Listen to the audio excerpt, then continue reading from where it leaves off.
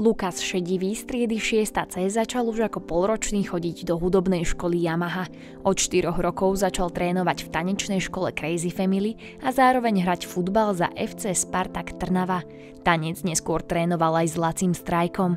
Najväčší progres dosiahol v tanečnej škole Johnnyho Mečocha Life is Perfect v Seredi. Naďalej sa aktívne venuje futbalu, momentálne v Modranke. Od roku 2022 chodí do detskej divadelnej akadémie v divadle Jána Palárika. Od minulej sezóny hrá v inscenácii Mariša. Sedmičku reprezentuje na speváckych a recitačných súťažiach ako Slávik Slovenska, Putujeme za ľudovou piesňou či Holého pamätník. Voľný čas rád trávi pri vode na rybách. Ak sa nemýlim, tak ty sa venuješ spevu, tancu, recitácii a futbalu. A teraz v podstate aj divadlu. Áno, venujem sa divadlu a na prvom mieste je teraz vlastne škola, lebo mám rád školu a aj svojich spolužiakov. A väčšinou zahrajeme futbal, takže preto sa teším do školy. A ty sa venuješ ako dlho už futbalu? Futbalu sa venujem už 7 rokov. Od 4 som začal hrať v Spartaku, potom som prišiel do Cifera a teraz v Modranke hrám. Dobre. A zatiaľ podávam dobré výkony.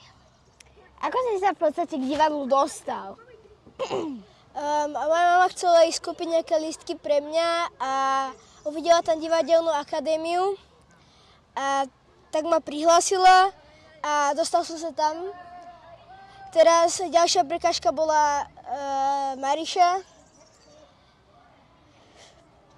Išiel som na konkurs a zobrali ma, takže som bol šťastný a bolo niečo zážitkové tam byť a s hercami sa rozprávať, ktorí väčšinou hrajú a niekedy aj v Národnom divadle. Zorganizovali sme konkurs, prostredníctvom ktorého sme vybrali tých, ktorí sa do tej inscenácie najviac hodili, tí, ktorí najviac zodpovedali typu, ktorí preukázali najväčší talent a odhodlanie a vybrali sme niekoľko veľmi, veľmi šikovných dekcák, ktoré vďaka inscenácii Mariša poprvýkrát okúsili dosky, ktoré znamenajú svet. Sme na nich veľmi pyšní, pretože sa im to podarilo skutočne skvele a profesionálni herci sa za každým tešia, kedy sa s nimi môžu opäť postaviť na javisko. Ako tvoje večerné predstavenia v podstate prebiehajú? Prebiehajú veľmi akéby, dá sa povedať, že stresne, že všetci sa tam stresujú, že rýchlo, lebo musí to byť na tom, ale teraz už to väčšinou niekedy aj kazia, lebo si už nedávajú tak záležať, lebo premiéra bola proste premiéra a tie ostatné opakovačky už sú opakovačky, takže reprízy, takže premiéra v podstate ide podľa scenáru a ostatné už zostávajú. Akože si to môžete meniť? Nie, že si to môžeme meniť, ale že niekedy väčšinou už ľudia aj zabúdajú, že čo to majú povedať, alebo neviem, pomýlia sa v pohybe, takže... Takže napríklad zámena slova v texte v podstate nič nemusí spôsobiť, ale môže narobiť veľké šarapaty, nie? Áno. Ako dlho ste v podstate skúšali? Si kvôli tomu, ak sa nemýlim, musela vynechávať niečo zo školy?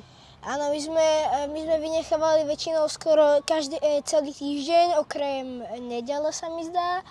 A niekedy sme tam boli aj 10 hodín, takže to bolo strašne otrávne, keď sme hrali furt dokola to isté a 10 hodín v kuse, takže to bolo také.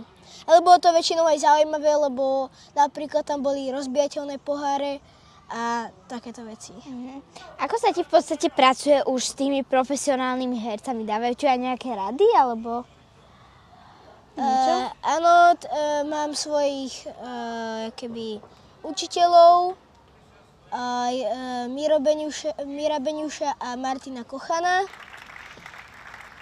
A tie mi dávajú tiež veľmi veľké rady.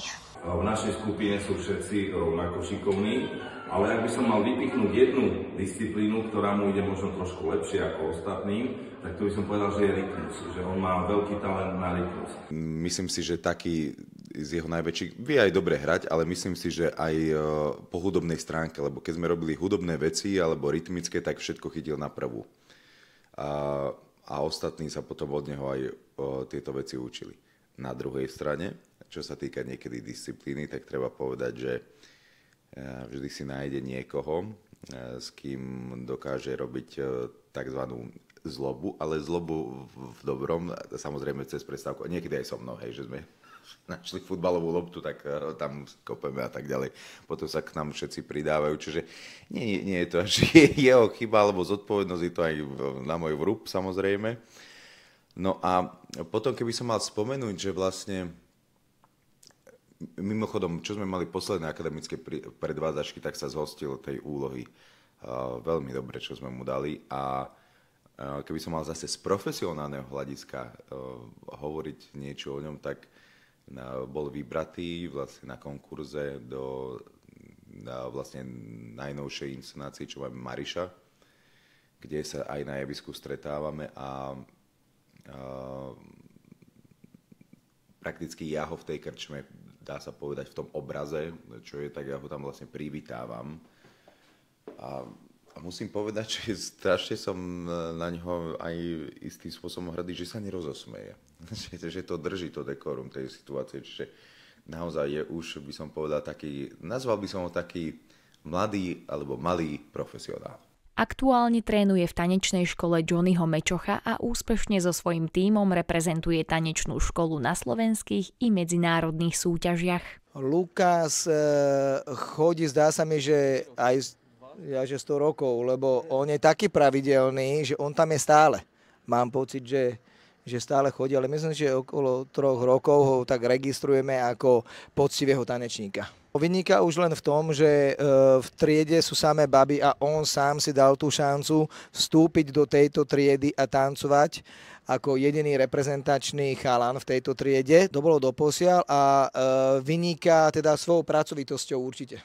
Najväčší úspech, tak on je aj dobrý tímový hráč, tak zvíťazili prvé miesto, myslím si, na Kabrte boli, že?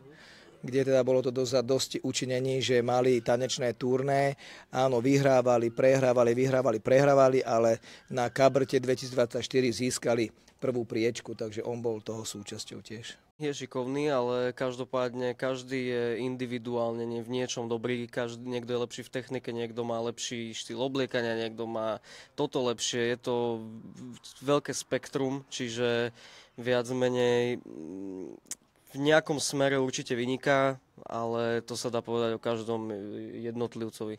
Takže každý je v niečom vyniká, v niečom je superský.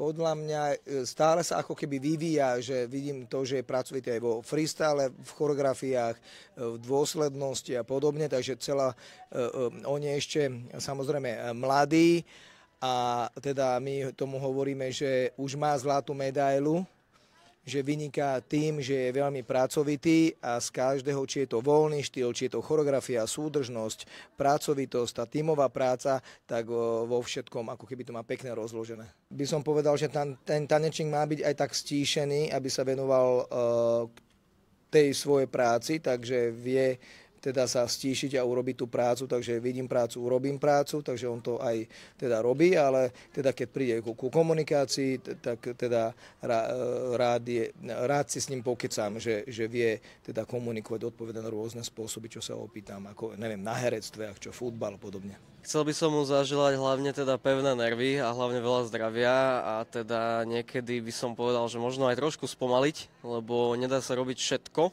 naraz a z vlastnej skúsenosti viem, že niekedy je dobre spomaliť a venovať sa možno tomuto teraz viac, potom časom tomuto a postupne sa dopracovať do nejakého briliantu.